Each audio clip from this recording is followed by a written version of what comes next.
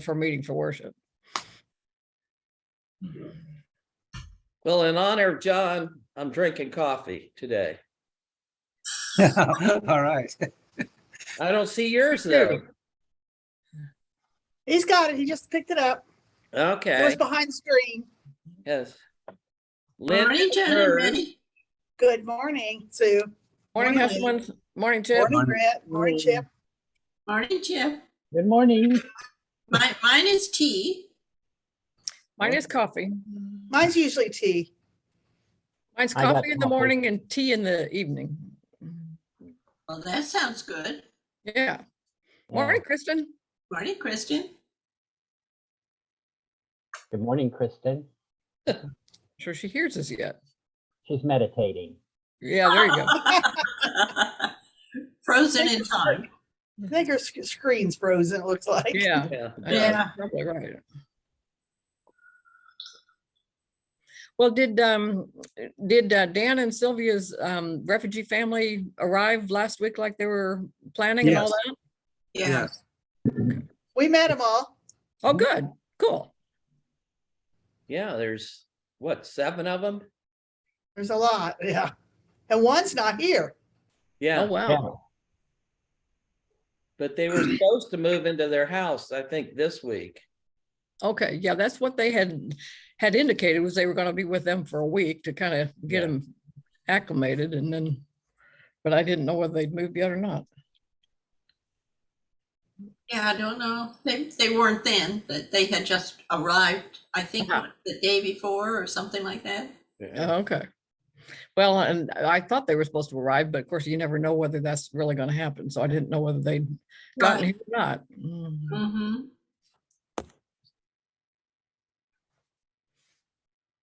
Well, Nancy's here. Don't say anything bad about her because she don't see her. She's just excited that her jammies felt good on a cold winter day. So she's sitting on the sofa listening. Oh, okay. Morning, Nancy. Morning, Good morning, Nancy. Nancy. Morning, Nancy. Sorry I didn't get over this week. Well, you should And we're be. going to try having meeting for worship with the cat down here, and she sometimes likes to step on the piano keys when I'm trying to play. So we'll Getting see on the how that keys. goes. Trying to help. Yeah. Hi, Dave. Hi, Dave. Hey, Dave. Morning, Dave. Do you have snow in Florida like we do? Not quite like yours. Let's see, it's 60. Kristen's trying again. I'm sorry? Kristen is trying to log on again. We got 2 Kristens online now. Right. That happened to me a couple of weeks ago too. I don't know what's going on. Good morning. Now there's just one of you. You're the one of the generation that's supposed to know how to do this instead of us. Yeah. Yeah. Right.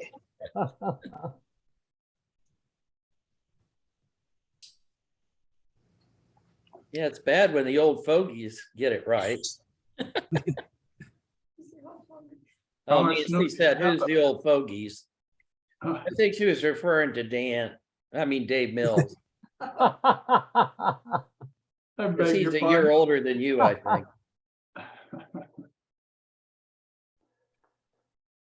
See, this will be like Mystery Science Theater. If any of you ever saw that show where they show bad science fiction movies, and there were these 2 robots and a human, you'd see their silhouettes at the bottom and they just make comments through the whole movie. Well, this will be sort of like that, with Nancy sitting in the corner making comments the whole time. Well, that wasn't a comment, but that was a look I just got. That was a comment. Our family has this saying, don't look at me in that tone of voice. Yes. Anybody Here's sitting Steve. close enough to Brent to slap him? Yeah. Morning, Steve. Hey, good morning. I sure had to travel a long way to get here this morning. That's what we heard. Roads were real slippery too. That's Yeah, right. the roads are, glad you made it. Morning, Steve. Good morning, Sue.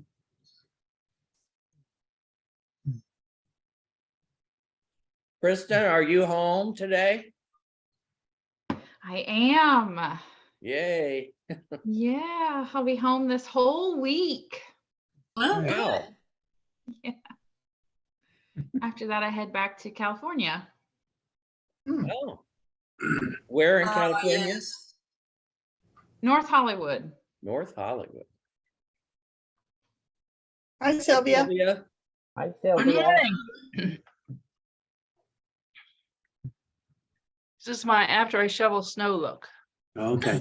Well, you How must much have snow got, do you have? Just another inch last night, but just wanted to get it off the driveway and sidewalks before it made tracks. Morning, Norma. Hi, Morning, Norma. Morning, Megan. Megan. Norman, Megan. morning. How are you? We're good. How So much how are snow do you you have guys? around Indianapolis? I'm sorry, Say again? Dave. Sorry. How much snow do you have around Indianapolis? Maybe an inch. Yeah. An inch? We can still see the grass poking through. Okay. Yeah, more Yeah. out east towards Muncie and Richmond. Megan, do you have snow? A wee bit, but nothing to speak of, like patchy. And I was down Maine yesterday, but not too far, just a bit of it to see my niece. And there was more, but not, it was like beautiful. All the trees are like etched in it, but not much on the ground. But my yoga teacher, who's more in the mountain lake section of Maine, is she's a ski buff and she's in heaven. So what we haven't talked, we meant to talk to Dick's sister this week. She lives in Southern California and we haven't found out what her weather life has been. Whereabouts in California? Outside of Pasadena, La Cañada, Flint Ridge. Okay. That's what they call it now. We used to just call it La Cañada, but now you have to say Flint Ridge too. I don't know. Did we take over another town? I don't really understand. Oops, excuse me. I'm gonna make my tea. They keep Well, it was changing. fun being here with the Rashidi's family, dressing them all up to go play in the snow and go to snowman for the first time for a 10-year-old girl, and it was really delightful fun. Now the father and the little girl stayed out longest.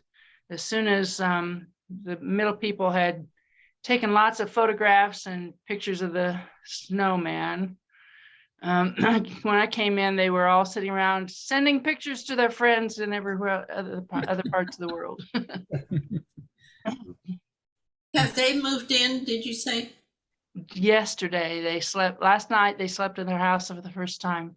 Wow. Great. There had been 9 full intensive days with the family, and we really enjoyed the peace and quiet last night, but they're wonderful. It would be really difficult if they weren't such fun people. Well, where did you get a house for them? How lovely is that? Dan Bean looked around Marshalltown to see if there was something big enough for 8 people to live in and to rent, and there just wasn't anything there. So we bought one. He bought one to man. rent to them with the option to buy. Hopefully they'll eventually buy it, because he doesn't want to be a landlord for very long. Well, I got to tell you, anything that you could fit 8 people in here would cost you $750,000. Oh, Right. well, this was about 85,000, and it was built in 1910, so it's old with plaster lath walls and lots of cracks and lots of issues, but and we're in functioning order. So we said that's good enough. Oh yeah. We did some painting and they all helped with that. In fact, it was the first time they'd already ever painted as well. So there was a lot of teaching to do. We were making their beds yesterday in their house, and I just was amazed that they've never slept in beds before, and they didn't know how to make the bed, and they didn't know what I meant by fitted sheet and flat sheet. There's Oh, just wow. so many things that we take for granted that is all new to them. You guys are doing God's work. It's an adventure. Dan's been journaling every day of it, and so eventually you'll incorporate some pictures and make a little book out of it. Oh, lovely. Well, I would guess compared to where they were living in Africa, they think it's a castle. It was just so fun to see the looks on their faces when we walked through the house the first time. They just came, wow, wow, wow. And it wasn't even, the painting hadn't been done, nothing had been done in it. It was just as is. And they still thought it was wonderful. Oh, yeah.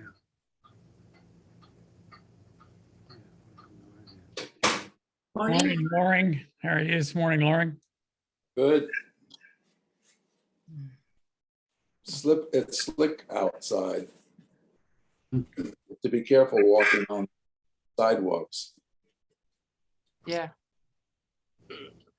So Dan went to take the family, Rashidi's family, to Catholic Mass this morning. Oh, We gave him a big dose of Quaker Mass last week, so.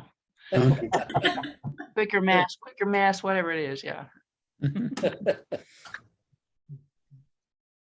So did this all happen under that new plan they're having for sort of individuals to sponsor refugees that I just read about in the paper? I don't think so. No, not necessarily.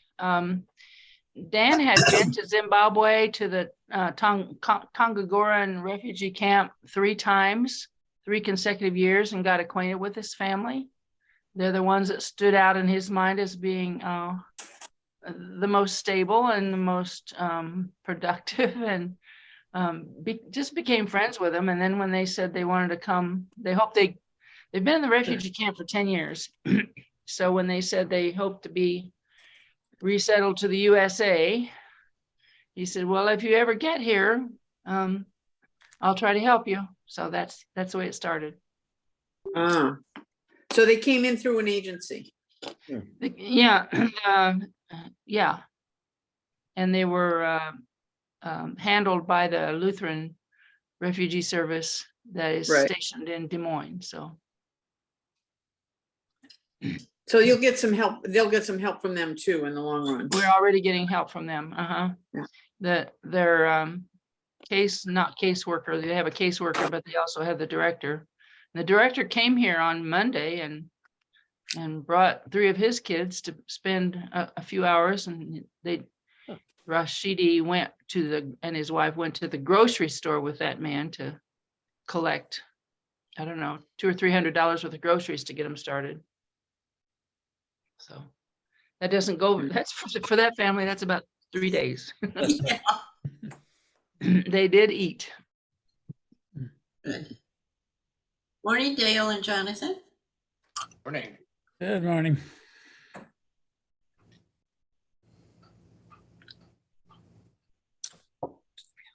Okay.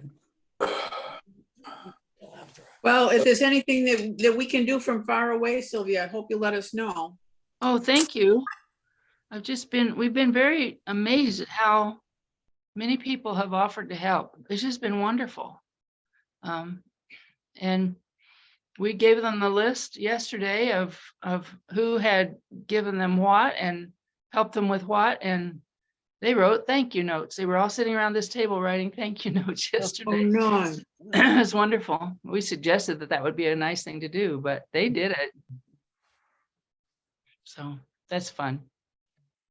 Lovely. Oh, how nice.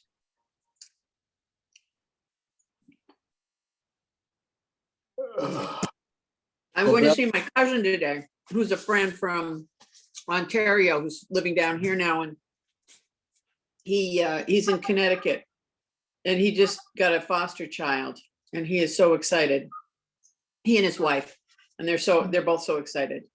I'm just, so I'm gonna go see them. I drove to Biddeford yesterday, I'm driving in Guilford today. The little electric car is getting its workout. Oh,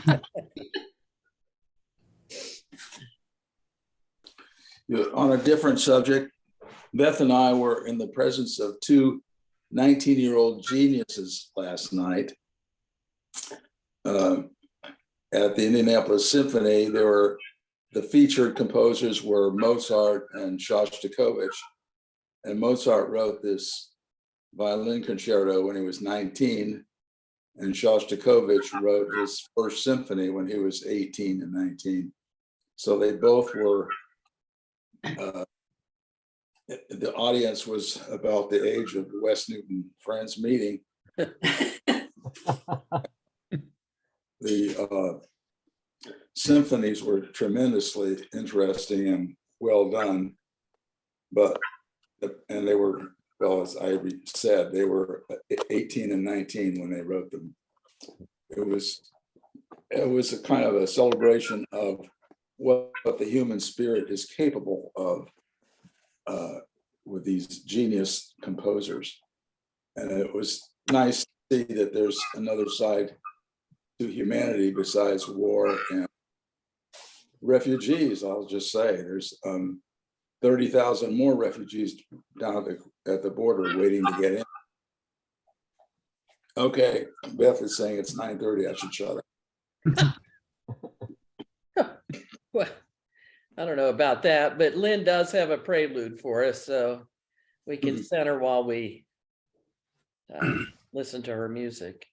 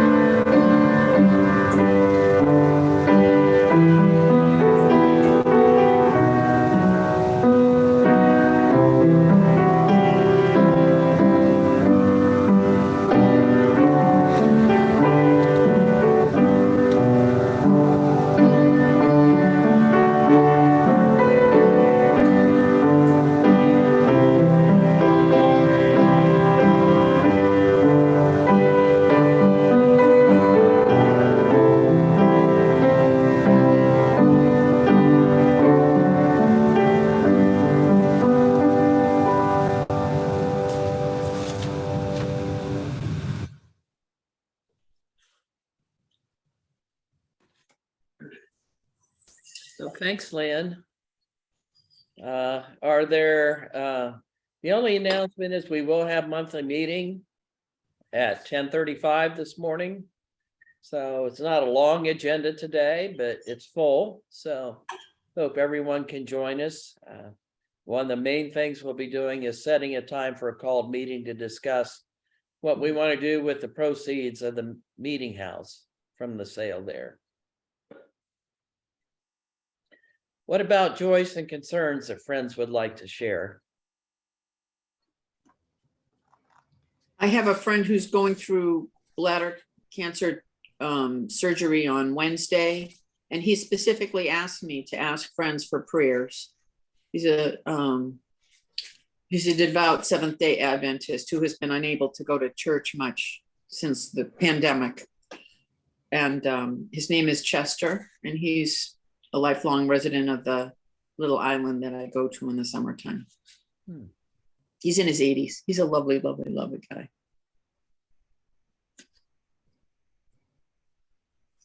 I asked my niece Jennifer this morning for an update on Maggie and also Cecilia. Maggie is still waiting for her numbers to go back up so she can go home, and she's bored out of her mind. But while that's a problem compared to Cecilia, it's a fairly minor problem. Poor little Cecilia is only 5 years old.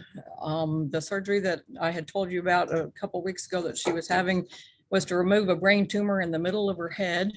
She has also had 12 tumors on her spine removed. The shunt that they had to put into her head to drain off the cerebral spinal fluid has not worked.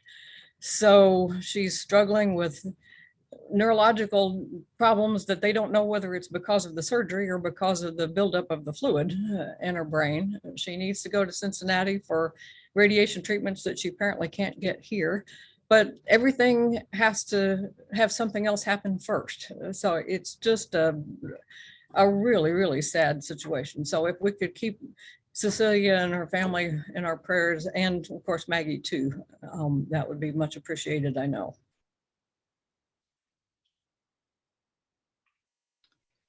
I have a joy to share. Carly and Curtis are engaged to be married. Yay. Oh, So they will be getting married sometime in August, I believe is the tentative date. Yay. good.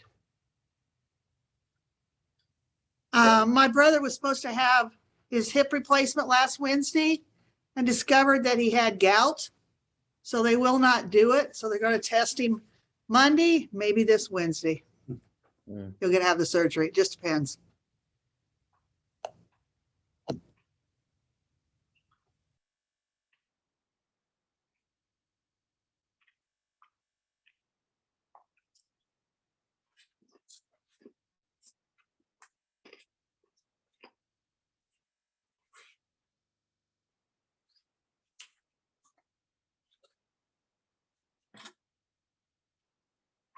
Well, let's hold these things in God's light and love as we center more deeply into worship. If you could put yourselves on mute, if you haven't, that would be helpful just for feedback purposes. And then if you feel led to speak out of the silence, please do. I'm the worship leader this morning, so I'll speak as I feel led.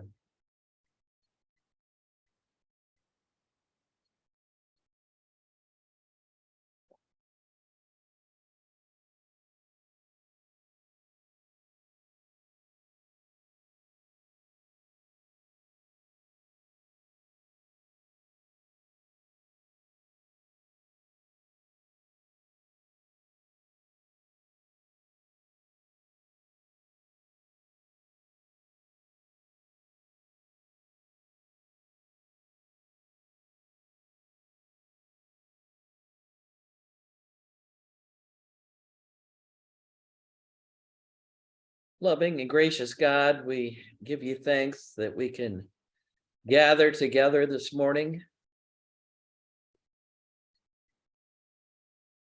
Spend time in worship and also to share the joys and concerns of our lives. Be they small, little bits of news like in our fellowship time or the larger concerns. We lift Maggie and Cecilia and Chester and Betty's brother into the healing light of your love. And we also rejoice in Carly's engagement. Such good news. All around us, there are cares and there are joys, and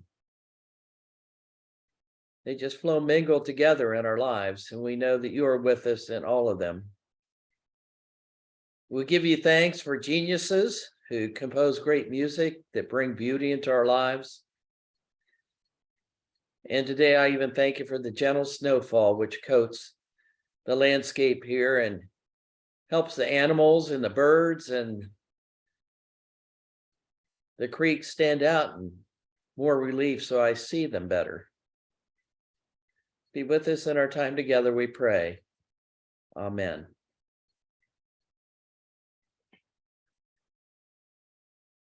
For the last 2 weeks, I've been spending a lot of time writing. I had some,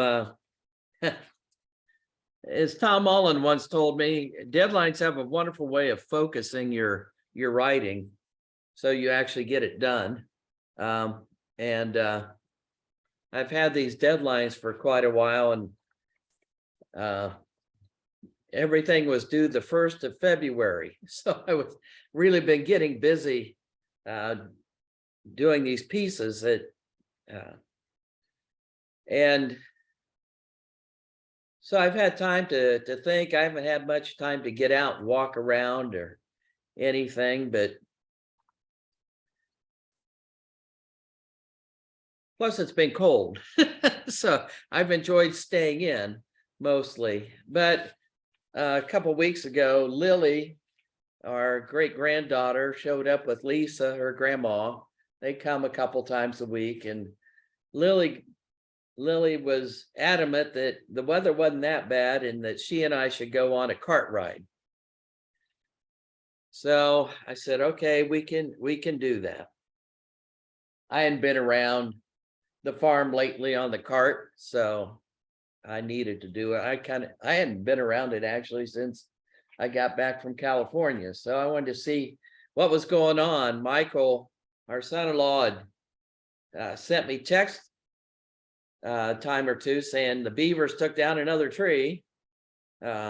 So Lily and I went out. She's 4.5 and she talks all the time. I mean all the time. So we got in the car and bundled up, headed out. We got to the top of the hill and she goes, "Can we go fast down the hill?" So we got tipped over the edge and I just let it coast down like we do when we're sled riding and see how far we can get into the woods. And it took us into the woods and she was going wee and chatting and everything. He said, now if you're really quiet, we might see stuff that you wouldn't otherwise see. Oh, really? What might we see? What might we see? What are we going to see, Papa? It's like, okay, try be quiet. So we took some of the lesser traveled trails that are a little bumpier. I wanted to check out the creek and how it was doing. And she goes, so is anything live in the creek? And I said, well, there are all kinds of fish and stuff. She goes, is there anything else that lives there? I go, well, there are beaver. And she goes, what's a beaver? What's a beaver? So I tried to describe what a beaver is. And then I thought, okay, it's the 21st century. You have a phone in your pocket. Look up beaver and show her. I said, and so I showed her a picture of a beaver and she goes, look at those teeth. And I go, yeah. I said, we might see one because they're cutting down trees. So we're driving along. The bald eagle flew over, which it was nice and low. That was pretty cool. A turkey walked in front of us off into the woods. And I pointed out the different bird nests up in the trees. And she never noticed them before. And then as we got down towards the end of the main trail, there were 2 trees down and all kinds of beaver chips at the bottom of all the trees. So she had to get out and look at all that and see how they're doing. She goes, asking all kinds of questions about why do they do that? And, I'm talking about how they build their houses out of that. Well, where's their house? I said, well, we won't see their house because it's up this way. We'd have to hike up. But she goes, well, how do they get the wood there? And I finally told her, well, your guess is as good as mine. I don't know how they get those big trees up there. And finally, she was kind of she was still chattering, but we came around the corner by what Nancy calls the great tree is. It's a big hackberry that's about, the arborist said is about 250 years old. He said he thinks it's one of the oldest ones in Indiana and is gonna have it measured and everything to confirm that. But we came around by that tree, and standing right in front of us was about a 6-point buck. And she was finally quiet because it was so close and it was so big. And it just looked at us. It didn't start, it didn't do anything. It just looked at us. But then she started talking to it. You know, hi, Mr. Deer. And he kind of cocked his head and looked at her, and she just kept talking. And finally he got, I think, bored with us, and he didn't bound away, just kind of walked away into the woods. And she goes, well, let's follow him. I go, well, if we follow too close, we'll never. So we just followed slowly, and he was just going up and down some of the lanes between the trees, you know, looking for something to eat, and finally got so far in, you know, he just blended in and disappeared. And she goes, that's like magic. That's like magic. He just disappeared.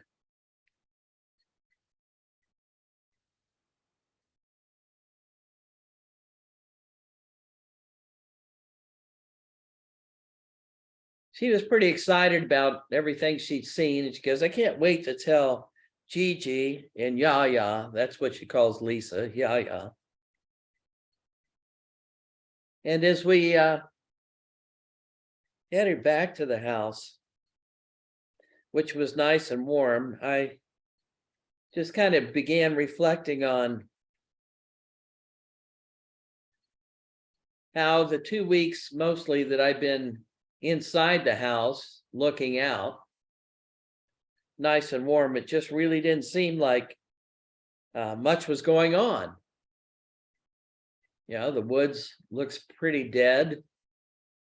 The creek meanders along, but I didn't see much activity. But when she and I got out in it and started driving around as slow as we drive, because we just putt along at a walk, basically, we're not in any hurry. Just amazed at how much was going on that I hadn't been seeing. I mean, just from little squirrels running across the trail in front of us, even to the 2 farm cats, Ebony and Gracie, following the cart. Yeah, they follow me when I go for a walk. I think they think they're dogs, but the cats were just following along, keeping pace with the cart. They don't like to get in the cart, but they're just walking along. They're hearing things that I'm not hearing because I watch their ears change, their heads swiveling around. So much happening. Some of it I saw, and some of it I just saw evidence of. I did think of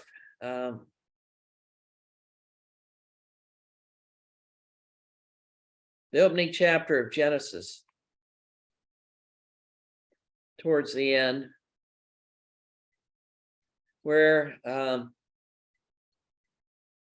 beginning in verse 29, it says, and God said, behold, I have given you every herb bearing seed which is upon the face of the earth, and every tree in which is the fruit of a tree yielding seed, to you it shall be for meat. And to every beast of the earth, and to every fowl of the air, to everything that creepeth upon the earth wherein there is life, I have given every green herb for meat. And so it was. And God saw everything that he had made, and behold, it was very good. And the evening and the morning were the 6th day. The word I want to focus just a few minutes on in that is the word behold. In the King James, which I still find the language beautiful, even if it's not completely accurate translation, is in the word behold is in the King James 1,300 times. It's only appears once in the New International Version. And I think we've lost something in losing the idea of beholding. This idea of beholding is more than just seeing. I mean, it's kind of like it's an announcement. Behold, really look at this. It's kind of like the angels when they come at the Christmas story. Behold, listen, pay attention, pay attention. And I think way too often I lose the sense of beholding. And God saw everything that he had made, and behold, it was very good. And behold, it was very good.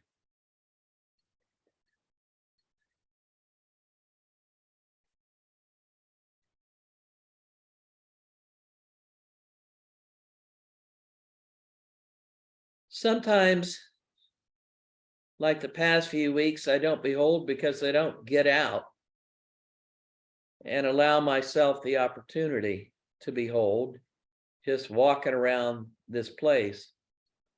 Other times I don't behold because I'm too busy rushing. On Monday, I had to rush for a medical appointment in Greenwood, and there was a wreck on 465, and so I got alternate directions from my maps thing, and it said the fastest way was to go across Southport Road and all that way. And of course, I'm impatient. I'm going to get there and get this procedure done so I can come home. And I felt my heart racing and me just getting upset with people who were in my way. And I thought, Brent, you've got to slow down inside, even if you're rushing outwardly. And so when I turned on Southport Road and was starting to speed up again because traffic was clear, I came to a little curve in the road. And as I came out of that curve, sitting on the left was the Zophii Baptist Church. Now, in case you don't remember, the Zophii Baptist Church is who we sold our meeting house to. That's the Chin Church. And so here's their main building there with this big thing, and it caused me to slow down and behold it for a moment and to lift those good people in prayer. Later on, as I was turning off Southport onto Madison and wending my way down Madison, at the next road I was to turn on, there was a homeless man on the corner begging. And the light had just turned green for us all to go. I hadn't even slowed down, and I went around the corner. And on the other corner was his wife, evidently, holding a companion sign. I kicked myself for not beholding earlier and for risking being late to my appointment, not turning around. But I did at least offer another prayer. I just get too busy or too complacent at times to behold. So my prayer this week is that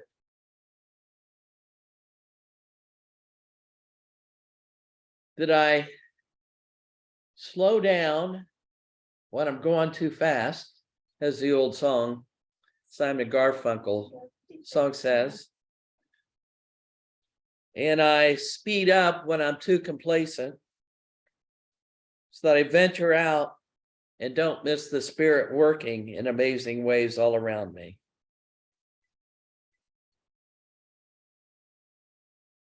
And God saw everything that he had made, and behold, it was very good.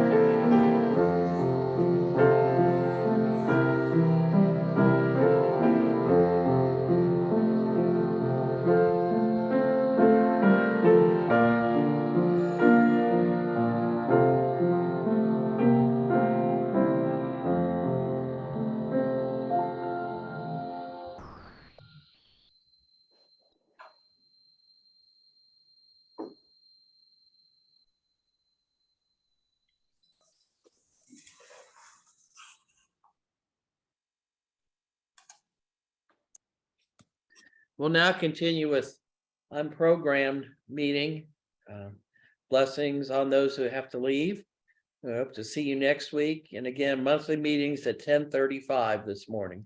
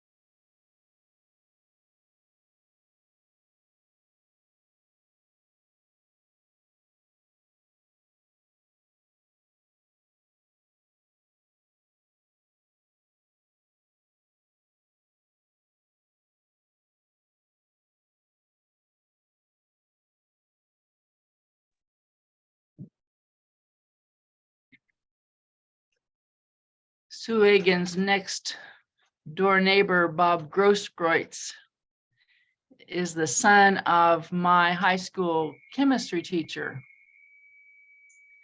And my chemistry teacher was, well, the one that brought my attention to things by saying, and lo and behold, if you mix a couple of chemicals together, it was, oh, and lo and behold.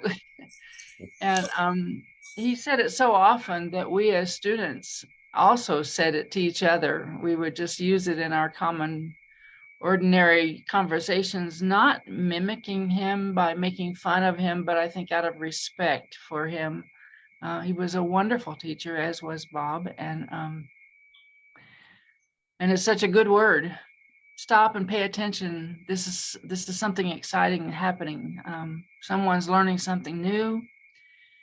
Something is going to change because of what these two chemicals will do. It's just a wonderful word. And I find myself also kind of remembering Bob Harold Grosskreutz term, and I say it to my children and my grandchildren, and lo and behold, because he said that. This has been a week full of lo and beholds.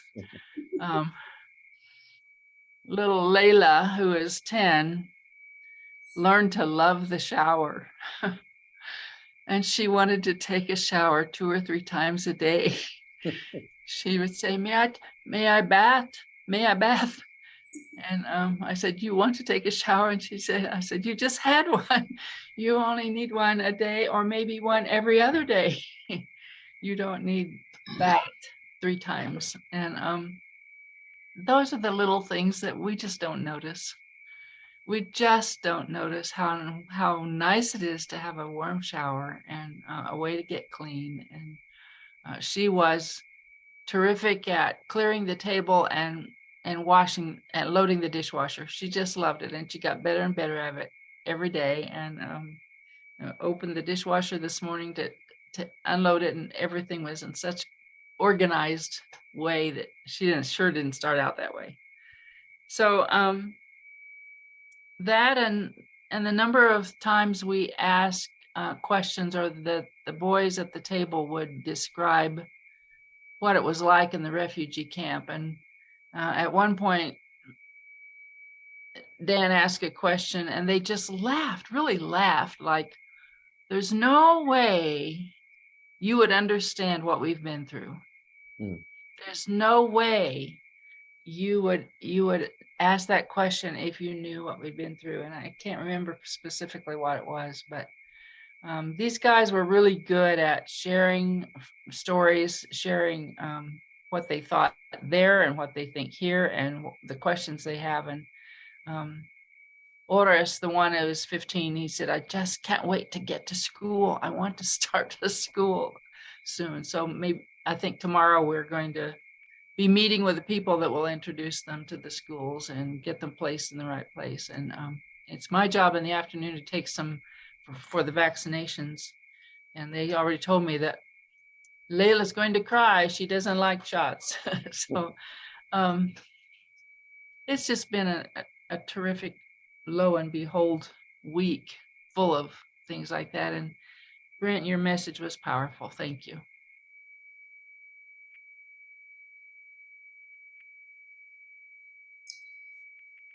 Thank you, Sylvia, for the little note about Bob's father. I had heard stories about both of them and how good his father was on teaching, and everybody loved him, and everybody loved Bob as well. I'm concerned about Bob's health. Yeah. Not doing well. He He's not lives doing behind me for those who don't know. What's his address? I'll look it up and get it to you. Thank you.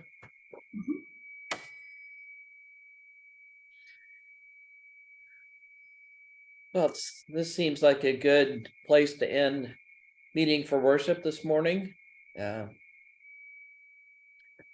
hope to behold you all at monthly meeting. Thank you for your words, Brent. They were very good.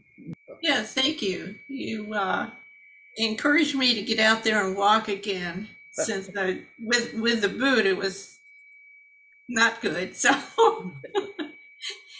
Well, and to that's pay one of the reasons. and to pay attention when I go to walk. Sometimes I don't know whether I have blinders on or what, but sometimes I get to thinking about something, and so I really don't look at what's around me. So I thank you for reminding me that that's an important thing to do. Yeah, thank you. Okay, well, see you all soon, hopefully. Bye, everyone. Bye-bye. Bye.